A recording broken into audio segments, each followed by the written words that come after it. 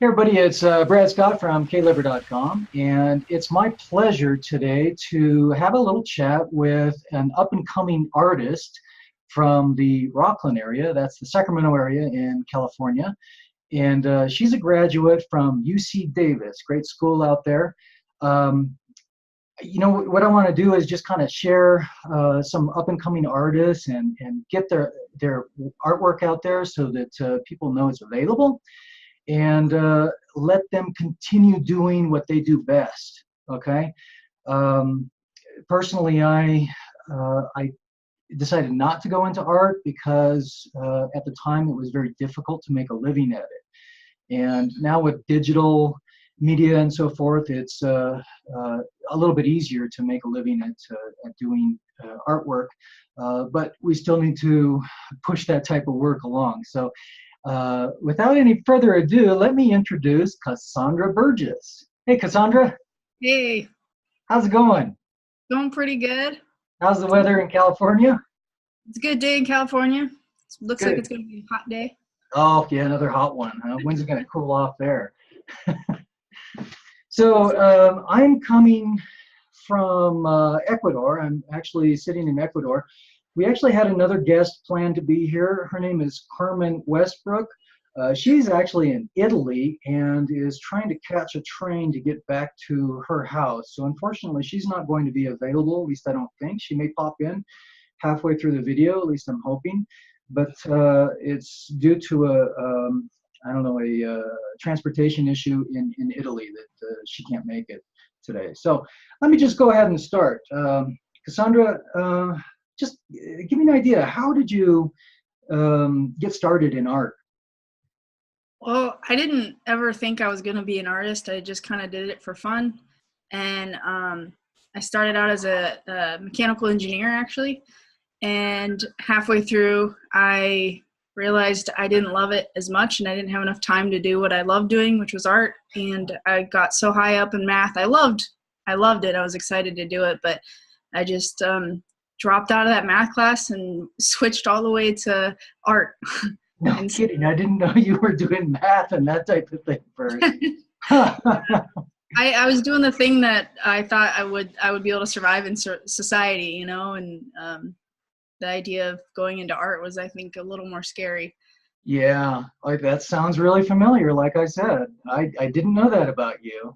So you went the opposite direction that I did. Yeah. I was trying to decide where to go. I didn't go into math and engineering. I probably should have. But that's interesting how you took that approach. So what age did you actually start painting? When did you feel like you had a knack for art? Honestly, I didn't start painting until 2 years ago. No But kidding.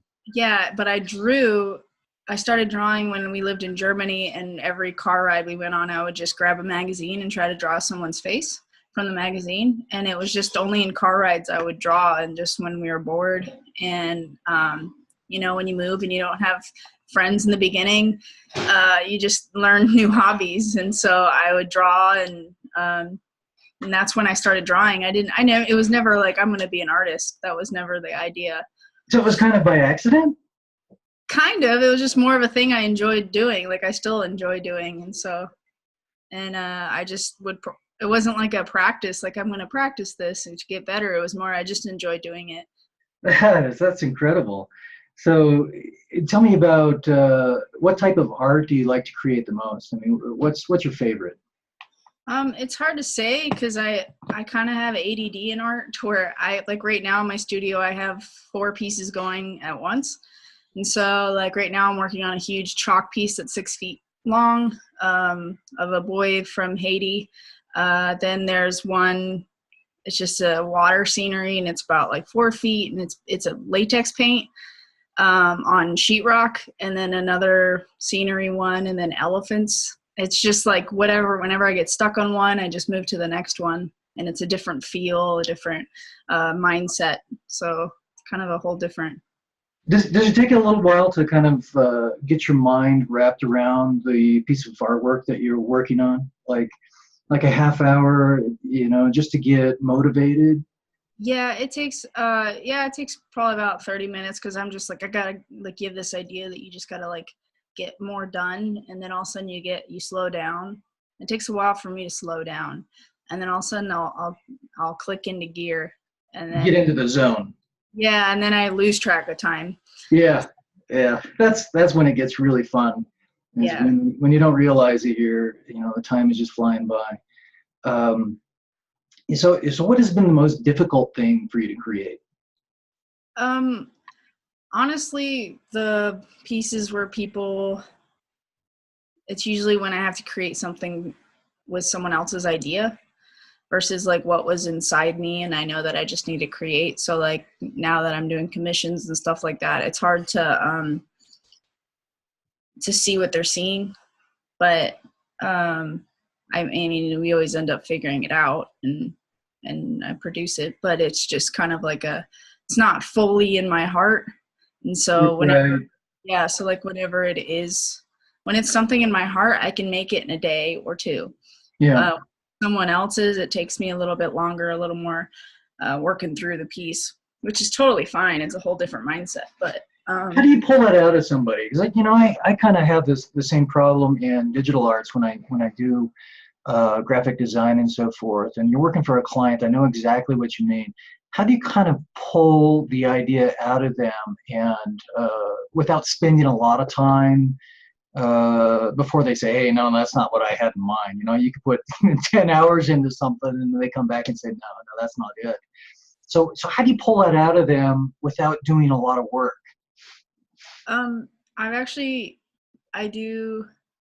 I hear what they have to say, and then I go, okay, let me go Cassandra on it. And I'll actually do like 4 different paintings, the start of them. And then, or maybe 3. And then, cause I can work really fast. It's like I can throw a bunch of paint down, make something, and then I'll take pictures of the 4 and I send it to them, go, is this the direction you're thinking? And then what it saves me is from completing a whole piece, and then I can focus on one of them. And if none of them are it, then I'll just throw another one down. Yeah. Wait, how much time do you spend doing something like that on a commission piece? Just before you really get the idea and start working on the actual idea. Probably like an hour or 2 or maybe 3. Oh, that's not bad. Yeah. That's not bad at all. I make sure I don't get all artistically on it, and get, because once you get going, you're like, oh, this could be cool. And then you just keep going. You just make sure you're strict on just getting that part down. Yeah. Okay. So tell me what your favorite piece of artwork to do was. What's your favorite you've ever done? I like doing those 2 boys with the water. That's chalk. There's one where there's a boy holding like this, and then it's because it was my first time going that big, and I didn't know if I could do it, and it was chalk, and I just went for it.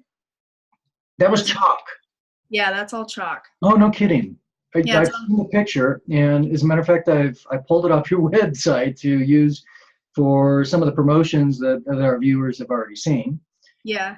Yeah, no, I didn't know that was chalk. Interesting. Yeah, it's all on particle board, so it's that particle board too. Board, yeah, and so I found a way to smooth it enough, but still have texture, so it takes the chalk, and so I love doing chalk because it's the most like, you're closest to your piece, and you're rubbing it in, and it's messy, and you're just like working huge, and there's just this freedom in it. And I love painting too. It just takes a little longer. You can't just throw a huge color on, right then. Yeah. Like, take your time.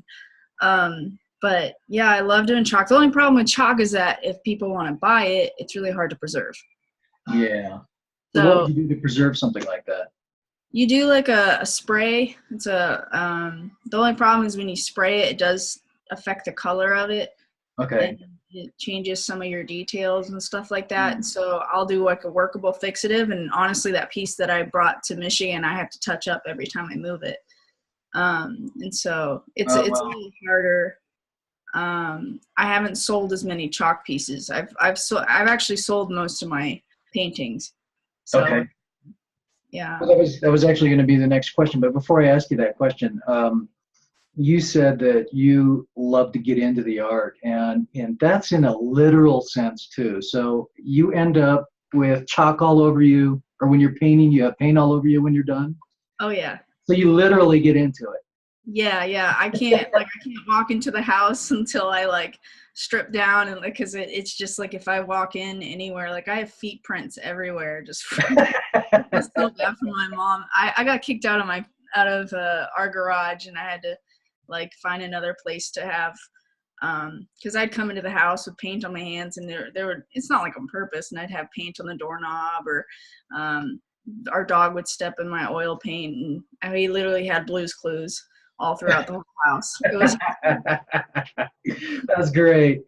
Well, I know where you're painting now, and we won't get into that. I'll check that out next time I'm out there. Okay, so you're selling your artwork. How much does it usually go for? I've been trying. Honestly, that's a hard part as an artist is like my mom keeps getting on me, like put down how long it takes you to make your art and do it by hour. $30 an hour or like 60, like that's like your range. But I honestly just hate timing how long it's taking me and I just like just going for it. I'm trying to learn to do that because I know I need to do that for survival reasons, but I think it usually like right now like a painting for 24 to 18 is like $500. It's got kind of going up more and more, especially after going to Michigan and just realizing pricing and stuff like that. Yeah. And all the other artists that were older and more time, they're like, you need to raise your prices. You need to raise your prices. That was their huge input on me for the whole time. But so your question was how am I like what the prices are? Well, yeah, what the prices are, and Yeah. you answered that question, and I understand that it's difficult to do that. There's a lot of things. I come from a business background now, so since I didn't study art, I studied business. So there are things like overhead, electricity, the paint, the canvas, the time that you put into it, and all those considerations that need to be into it. And in addition, you need to consider that it's only one piece of artwork, right? Yeah. You'll never make that piece of artwork exactly the same. So there's only one available, and that causes the price to go up. So yeah, definitely don't sell yourself short. When you start timing how much time you put into something like that, and you divide that by the amount that you get for that art, and it comes out to be $10 an hour, that's probably not worth your time, right? Yeah. Even though you love it, but and you're in a perfect world right now. You can set your prices and do what you love to do, and then get paid for it. So just keep that in mind. No. I want to see you succeed because I really enjoy the artwork that you do. I think you're very talented, and in order for you to keep putting artwork out, you've got to get paid for what you do. Yeah. Right? Okay. So how do you think digital media has influenced fine arts, and what is that in a positive direction or a negative direction? What do you think? I think it goes both ways. I thought about doing that, but I just can't sit in front of a computer. It drives me insane. But for affecting us, I don't think you can't create what people want, that texture or that actual feel of a painting. So I don't think it's taken away from what we sell or anything like that. I think, I don't know, I think the hardest part is getting our pictures on the computer for people to see in a good fashion, to really grasp what it looks like, because most people are on media and they look at your Instagram. And when I showed my piece in Michigan and they showed it on TV and I had an interview and all this stuff, they didn't really know it was 3D because it's 2D, and because it was always straight on, and not until they came and saw the piece did they start crying and like feel the piece and understand. Oh yeah. Yeah, so like they go, I didn't even know it's 3D. And I came here and not until I saw it, I was like, oh, it's 3D. And so that's the hard part with like the transfer from my style onto the computer. And then I bet it's even harder for people who put it on, who make digital art and then transferring it on to canvas. It probably has a different feel also. And so it's just a whole different world of having digital, which most people are on the computer than actually walking around and wanting to go look at art. I mean, they have Right. easier this here. So That's incredible because I mean, also you were talking about doing particle board. The young boy with the water that was on particle board, right? yeah. Yeah, and people can't see that type of texture unless they go and look at the painting in real life.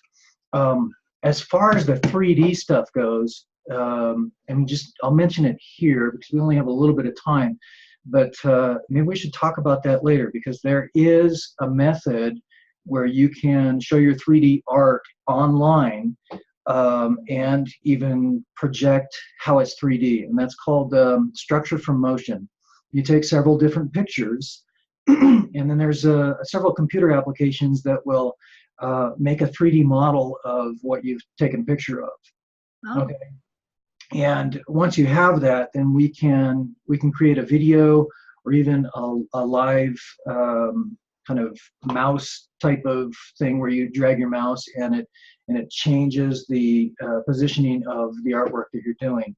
So Wow. that's something that we can consider later on. I think it'd be really good for putting on your website and selling your things that way. Yeah. Well, Cassandra had a few questions, and she hasn't popped in. She wanted to know more about, I'm sorry, not Cassandra, but Carmen, you're Cassandra. Carmen had some questions about the event in Grand Rapids because her organization is actually doing, well, one thing they're doing is research on donor organizations to make sure that they're legit and they're actually using the funds that they receive to actually affect change in the world. And she wanted to talk about that event in Grand Rapids and what that was all about. Yeah. So it's a huge art show and it succumbs for the whole city. And there was 1,500 artists there. And people come from the UK, people come from Italy, people come from just Michigan alone. And I went there, have a family friend there, I shipped my piece out there from here, and then I got to show this art piece, and it was the 3D one with the girl with her hand on the fence, and it was representing or bringing awareness of human trafficking. And so I sat next to my piece and shared to people that it's happening here in the United States and Michigan and California, where I'm from. And the goal was to bring awareness, first of all, and then also to win, because there's a $200,000 winnings. And if you win, I was going to help buy homes for girls that have been rescued. Oh my gosh, $200,000 for the winner? Yes. I didn't know that. That's incredible. Yeah. So the cool thing is I made top 20, and so I was top 5 in my category. Awesome. Yeah. And so it was huge. They treated me like I was famous. They put me on TV. I was giving autographs, like hundreds and hundreds of autographs a day. And it was kind of like, think of it as like The Voice. Like if you make top 20 in The Voice. Yeah. Like that's how, but for artists, and that's how it was there. And the whole city, like I'd be in an elevator and I'd hear, "That's the girl with the fenced in." I'd be like sitting there like, this is weird. And like I saw her on TV and like all this stuff. It's just it was a weird. I was really peopled out for an artist to be introverted, and like my 40% of the extroverting was really stretched for. But it was good. Well, that's cool. So I heard that the winner was going to donate the winnings to fight human trafficking. Is that right? The winner, the The guy winner of the Grand Rapids event. What's the name of the event again? It's called Art Prize. Art Prize? Art Prize, yeah. Okay. I don't know what he was gonna do with the money. That's what I was gonna do with the money. So if I won, if the guy who won, he had a huge, probably like 20-foot thing made of pennies that made the face of Lincoln. So the pennies, he created Lincoln. But So, what was the event kind of wrapped around the theme of human trafficking? nope, that was just me. Oh, that was just you. Okay. So So, there was thousands and thousands of artists, and they all had their own thing. Like, they didn't have to have meaning to their pieces. They didn't have to sit next to their piece. I just went there with that mentality just for me. so tell us about your experience in stopping human trafficking. Why are you interested in this? Where'd that come from? That's actually what the whole piece was about. So like I made this piece because you hear about human trafficking happening here, and I was just kind of like, how can someone like me help? And I feel like a lot of people feel that way because you feel so disconnected. And so in the art piece, the hand where it is actually disconnected from the piece, and that represents you feeling your helping hand feels disconnected from really helping. You know, you give money and you're like, where does it go? And you don't really feel like you're helping. You're just like, here's money to this organization. Like, now what? You want to physically be a part of it. And so I made this piece, showed it at my art show, and the co-founder, Jenny Williamson of Courage Worldwide, she has her whole event, or her whole organization, is to have homes with girls that have been rescued. And so they have a home here, and they have a home in Tanzania. And Okay. so she saw this piece, she bought the piece, and said, I want to show it. And when she bought it, it gave me money to be able to go to Africa. So I went to Africa twice this year. And I actually hung out with girls that were rescued. And I taught them how to paint, lived life with them, did a bunch of stuff, connected with them, and fell in love with them. Came back, sold a bunch of art, went back again, and then came back and just wanted to help rescue more girls after meeting them and really seeing that this organization is really rescuing. And they just rescued 2 more girls 2 days ago. And just Wow. like, yeah, and just being a part of it and hearing it. And so So that you really have your finger on the pulse of this. You know when people are rescued and what's going on in human trafficking, and how that is, just developing. So how do you keep in touch with that type of activity? I mean, how do you know what's going on? I know the person who very closely, the Stephanie, she has the home in Tanzania where she is rescuing girls, and she has like a, where we communicate so we could pray for it and continuously be a part of it. And yeah, I was really bummed because I know that they're struggling financially, that I didn't to win. And it just kind of was like, because you Oh, yeah. know that if you win, you could rescue more girls instantly, because it's all comes down to homes. Yeah. And like they don't have a place, they don't have beds for them, so they can't rescue them all, and it takes time, it takes a process. They have to interview them and do all these things. But So, that's a good point to say right now. If people are interested in donating, how do they get in touch with you? for me, you can go to my website, but for Courage Worldwide is where you want to donate, and you just go courageworldwide.org, and you can Okay. go, you can look at them and see what they're doing. Well, what's your website? Mine's CassandraBurgess.com. Spell it out. CassandраBurgess. .com. Okay, for everybody who wants to see Cassandra's work or talk to her about human trafficking and how she could further help you in your efforts to fight human trafficking in the world, please contact Cassandra. Also, Aina Giving, that's AINA giving.com. They do, as a matter of fact, they have a project fighting human trafficking in Kenya right now. If Carmen were here, she would tell you more about that. But in the meantime, you can go to the website and find out how you can get involved. And I thought it was really interesting what you said about doing your own artwork to help fight human trafficking, because Aina Giving allows individuals to do what they do best. For example, if that's knitting or whatever, they ask individuals to make contributions in kind. So they could sit at home and knit when the kids are at school or whatever, and then they send those things to Ina Giving. Ina Giving will forward it to somebody who's in need of maybe a blanket or something of that sort in a place that needs that type of help. We did that during the earthquake, or just after the earthquake in Ecuador. We had a 7.8 earthquake last year in April, and there were some individuals who donated to Ina Giving their own personal work, and they sent it to Ecuador for us to distribute here. And then they can get a card back from the person receiving the donation in kind, thanking them for the work that they put into whatever they did.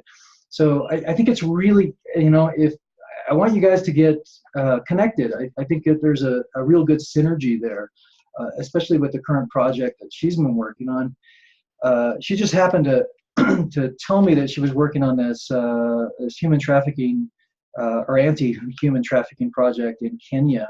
And it was about the time that I was talking with you about doing this particular video here. So I'm like, oh man, I got to bring her on so that you guys can talk.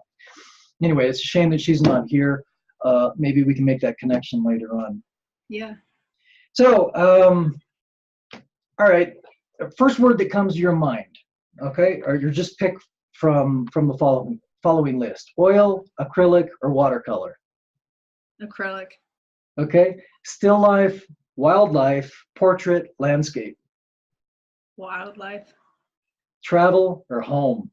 Travel. Okay.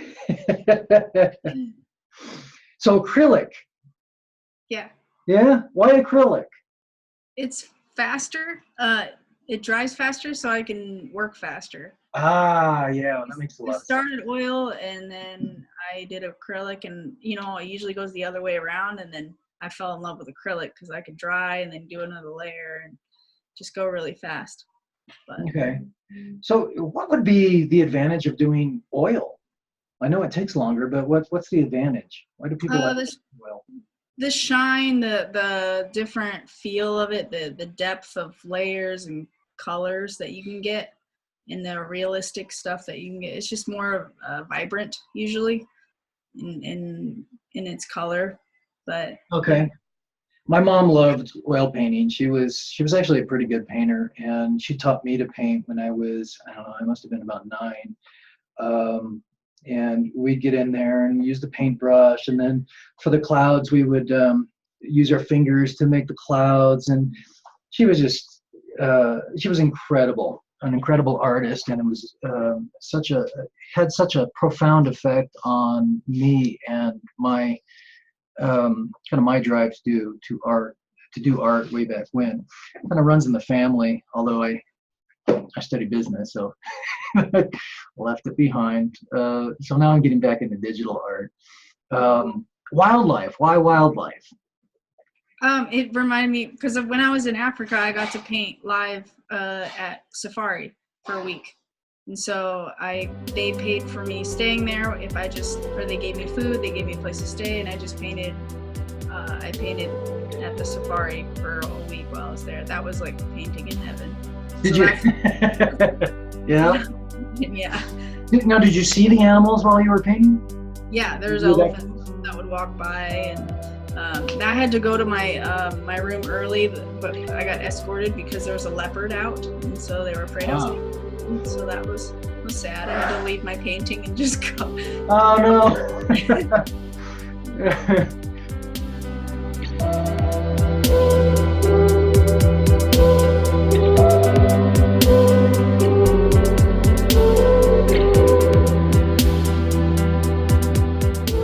It's just an incredible experience to follow along with what you're doing, and I'm sure firsthand it's even a more incredible experience, right?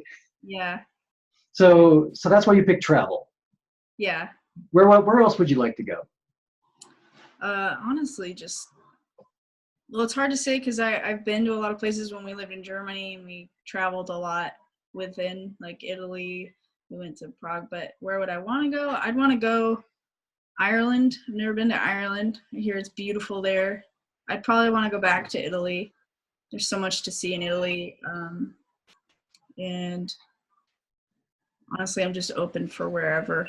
Yeah, and you would take your tools with you to paint or draw? Yeah. Yeah. Now, I know we talked a little bit about this, and we've got about 5 minutes left. So tell us about your artwork and what kind of message you try to put into your artwork. I've got the phone going in the background here. Sorry. It's different every time. It kind of goes along with where my heart is. And all in all, I like the message that I want people to feel is like inspired, but also do what you love and love others through it. And I've grown up in church, and there's always like this idea that you have to like go to church in order to impact people, but like you could just do what you love to do. Like you love doing what you're doing and you're impacting people, and I'm doing what I love to do, and it's more natural. It's not forced. It's just instant. Like, and it's just, you get to inspire other people. And when you teach other kids in that moment, when they realize that they're capable of doing it is my favorite point in teaching, when all of a sudden they go, oh, I can do this, and that inspiration in them. But the message is really just do what you love and love others through it. But there's no one message within all my artwork. It's more of just each one is different, and what my heart is feeling at the time. Now, there's probably, I've got things in my mind that I would just really love to do, but don't have the resources to do them. So if you had all the resources available to you in the world, what would you do? What would I do? I would build probably a skyscraper for fun, but I've always thought of that. I was like, Mom, can I just build one in my backyard? And like, they're like, no, you have to like actually have like it has to be. Yeah, there's all these laws to it, but you have to get a building permit for something like that. Yeah, I was like, can I just keep building up or something? I love working big, and I would probably make big sculptures or 2D to 3D. I love 2D to 3D. That's my favorite. Doing a painting and then finding a way to make it become 3D. That reality versus that 2D to it becoming real. I love that transition. So I've been doing that a lot with my work, but I would probably make a bunch more studios for other artists. That's actually my main goal, is to create a huge place where studios for artists, that they will have like a front to where they can show their work and people can come walk through, and then in the back they can, have their studio, but in the front they would be able to show it on like once a month or something like that, and people could come in and see what artists' lives are like and all this stuff. So that's always my future goal, is to create a possibility for other artists to actually have a studio. What a great idea. I think that's awesome. And I hope you can eventually do that. That would take a lot of starving artists off the starving list and put them into the selling list. Again, they could do exactly what they do the best and get paid for it. Again, we're with Cassandra Burgess. You can see her artwork on CassandraBurgess.com. At this point, I really want to thank you for being a guest on this particular edition of, I don't even have a name for it, so maybe I'll come up with a name for it later on, but hopefully we can get more traffic to your website and get you commissioned for new artwork and keep you doing what you do best. Cool. Thanks a lot, Cassandra. Thank you.